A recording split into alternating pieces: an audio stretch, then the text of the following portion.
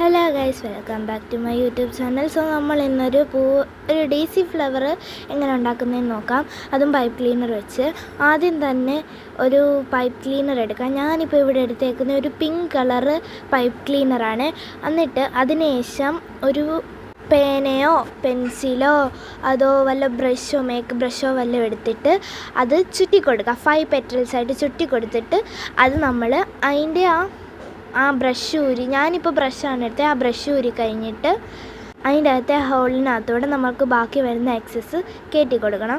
കയറ്റി കൊടുത്തതിന് ശേഷം നമ്മൾക്ക് അത് കെട്ടിമുറുക്കിയിട്ട് നമ്മുടെ രീതിയിലായിട്ട് ഒരു പെറ്റലായിട്ട് വയ്ക്കാവുന്നതാണ്. പിന്നെ ഞാൻ എടുത്തേക്കുന്ന ഒരു യെല്ലോ കളറാണ്.